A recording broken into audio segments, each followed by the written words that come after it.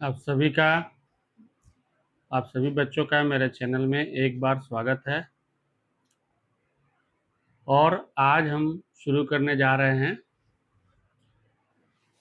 दो चर वाले रैखिक समीकरण, linear equation in two variables.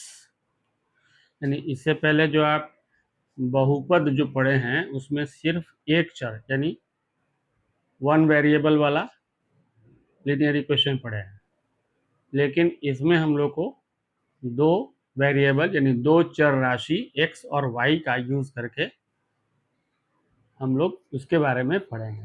तो पहले हम लोग उसका बेसिक जानेंगे। पहले उसके स्ट्रक्चर में है कि इक्वेशन जो बनेगा इसमें समीकरण, उसका स्ट्रक्चर क्या होता है। इसमें दो समीकरण होते हैं, x1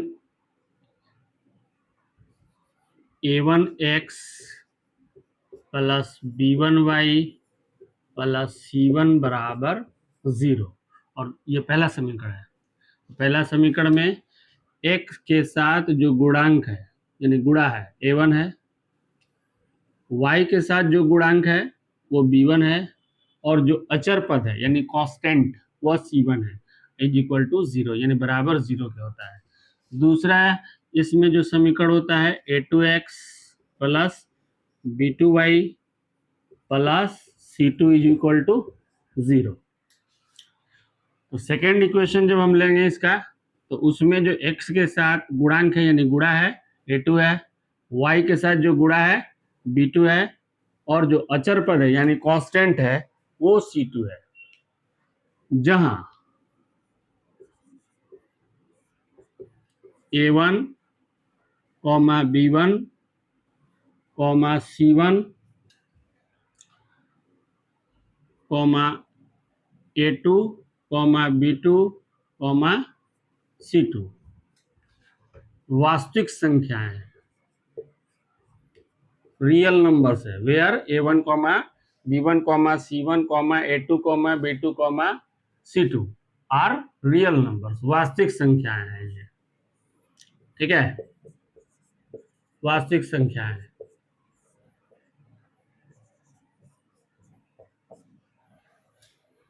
ठीक है, तो इसको हम लोग दो तरह से सोल्व करेंगे। दो तरह से सोल्व करने का तरीका है। पहले इसका बेसिक चीज हम जानेंगे। एक रिलेशन होता है, उसमें हम लोग देखेंगे यानी जितने इसमें गुणांक हैं उनका एक से अनुपात बनता है, और अनुपात के अनुसार क्या रिलेशन बनता है। इसके अलावा ग्राफ को भी मैं बताऊंगा, इसी के साथ दोनों के साथ मैं ग्राफ भी बता दूंगा। ठीक है, यहां समझिए, इसी में मैं ग्राफ भी बताऊंगा। साइड में आपको ग्राफ को भी दिखाकर बताऊंगा कि कैसे कैसे इसका ग्राफ बनेगा। ठीक है, उसके बाद हम आपके स्टूडेंट फ्रेंड बुक में पहला जो आपका एक्सरसाइज शुरू हो रहा है 2.1, ठीक है, तो उसमें मैंने देखा है 3.1 सॉरी, उसमें मैंने देखा है कि ग्राफ से ही शुरू किया है। पहले कुछ वैल्यू निकालने के लिए बोला है, उसके ग्राफ से, मोस्टली ग्राफ। तो ग्राफ से जो हम लोग सोल्व करते हैं उसको हम लोग ज्यामितीय हल बोलते हैं, ज्योमेट्रिकल सॉल्यूशन।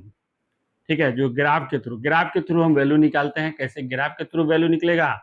और दूसरा है कि इसमें मेथड होता है, 3 मेथड हमको पढ़ना है, और 3 मेथड के थ्रू हम कैसे वैल्यू निकालेंगे उसके बारे में जानेंगे। तो पहले हम इसके बेस के बारे में जान लेते हैं।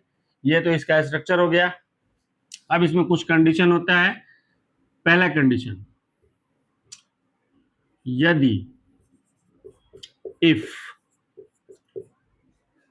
a1 बाई a2 यानी इसका और इसका अनुपात बराबर नहीं है, is not equal to b1 by b2, यानी a1 बाई a2 बराबर नहीं है b1 बाई b2, पहला कंडीशन है। ठीक है, if a1 by a2 is not equal to b1 by b2, ठीक है, तो उसका यानी वैसा जो समीकरण आपको मिलेगा, दो एक हल है, वास्तविक हल जिसको बोलते हैं, एक हल होगा। तो उसका एक हल होगा, यानी x और y का एक एक वैल्यू आपको मिलेगा। पहला तो ये हो गया। इस टाइप का अगर आता है तो इसको हम लोग बोलते हैं, किस टाइप का है, संगत, कंसिस्टेंट। इंग्लिश में इसको कंसिस्टेंट बोलते हैं।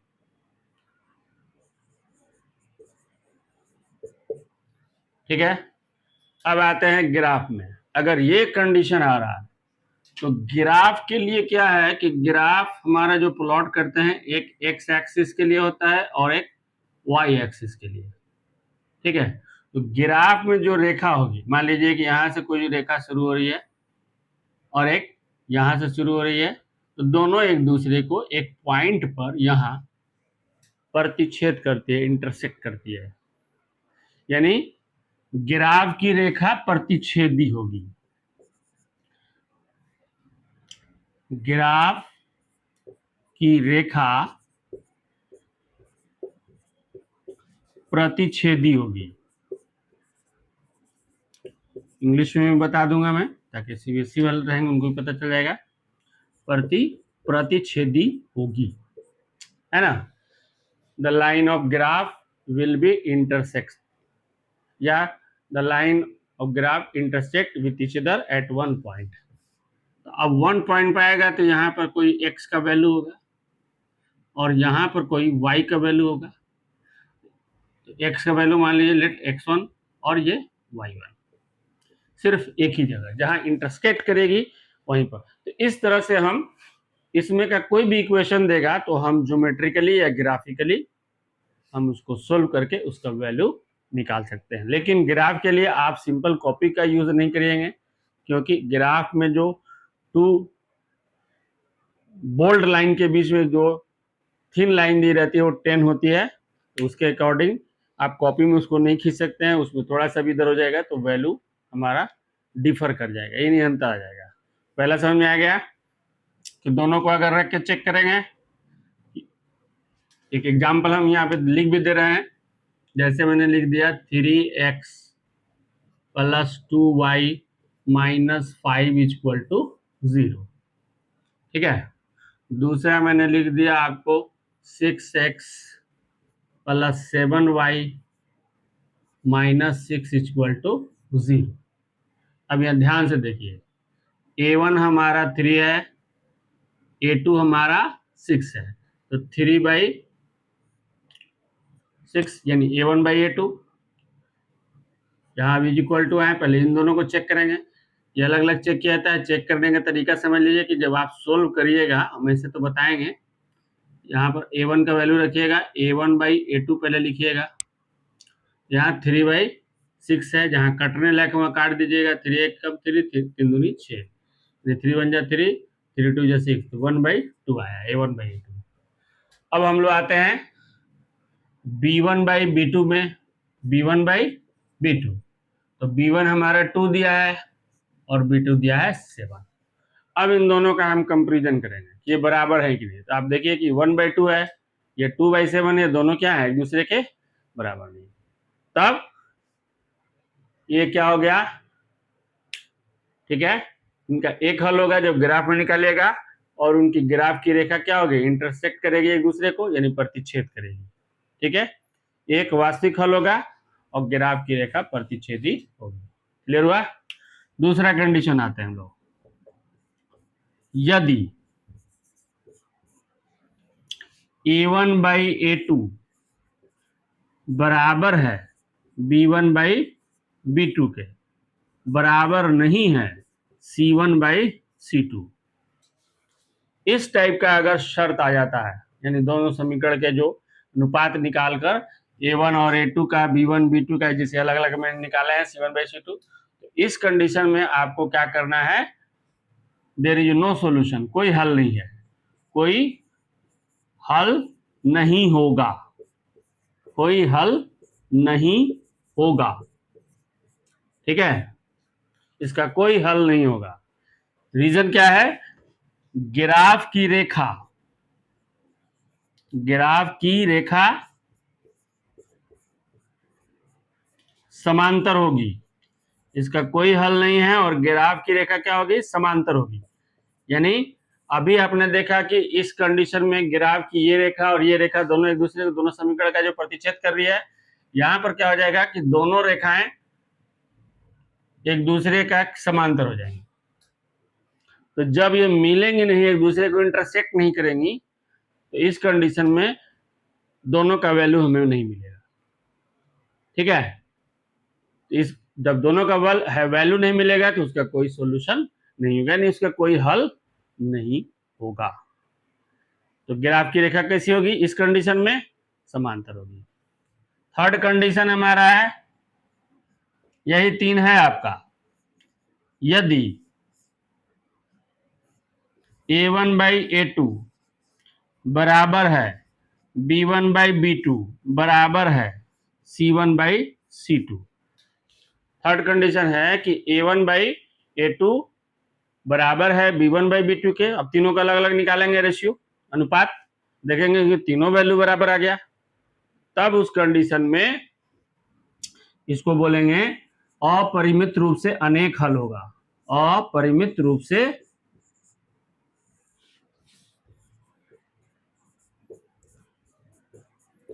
अनेक हल होगा। अपरिमित रूप से अनेक हल होगा। ठीक है, यानी इसके इनफाइनाइट हल होंगे। There are infinite solution in this condition. इस कंडीशन में अनेकों यानी इनफाइनाइट सॉल्यूशन आपको निकाल सकते हैं। वजह क्या है कि ये जो ग्राफ की जो रेखा होगी, लाइन, ग्राफ की लाइन, ये एक दूसरे के संपाती होगी। संपाती का मतलब होता है कि उसी के ऊपर आ जाना, जहां पहले से एक मौजूद है। यानी ग्राफ की रेखा क्या होगी? कोइंसिडेंस होगी, संपाती होगी। ठीक है, और अब मान लीजिए कि जहां संपाती होगी तब यहां पर इस पोजीशन पे x और y का वैल्यू, इस पोजीशन पे x y, लगातार वैल्यू हमको मिलता जाएगा जितने हम बढ़ाता जाएंगे। तो क्या होगा? इनफाइनाइट, यानी अनंत हमको वैल्यू मिलती जाएगी। ठीक है, और वो जो भी वैल्यू का रेशियो निकालेगा तो भी आपको संपाती मिलेगा। ठीक है, तो ये 3 कंडीशन है। तो अब मैंने जैसे इसमें लिखा था कि a1/a2 बराबर नहीं है b1/b2, तो उसका एक ही हल होता है, वास्तविक हल। ठीक है, जो मैंने यहां पर दिखाया भी है, और उसको हम लोग कहते हैं संगत, कंसिस्टेंट। ठीक है, इस कंडीशन में ये कंडीशन जो होता है a1/a2 बराबर नहीं है b1/b2, बराबर है b1/b2, सॉरी, बराबर नहीं है c1/c2, यानी जिसमें कोई हल नहीं है, तो इस कंडीशन में आपका असंगत हो जाता है। असंगत, यहां रेखा से भी पकड़िए, असंगत। संगत का मतलब क्या होता है? एक दूसरे के साथ हो जाना। यहां असंगत, इनकंसिस्टेंट, इनकंसिस्टेंट, ये इनकंसिस्टेंट होगा, याद रखे रहिएगा आप। ठीक है, और यहां पर तो मिल ही रहा है, ये भी आपका संगत। तो संगत आपको 2 कंडीशन में आ रहा है।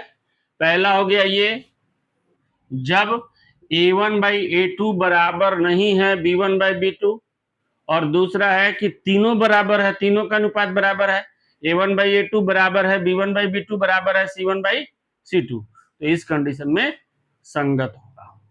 अब इसमें क्या है कि एक ही वास्तविक हल होगा, यानी एक x का वैल्यू और y का वैल्यू हो जाएगा। इसमें ग्राफ की रेखा क्या होगी? समांतर होगी, इसलिए कोई हल नहीं, कोई सोल्यूशन नहीं।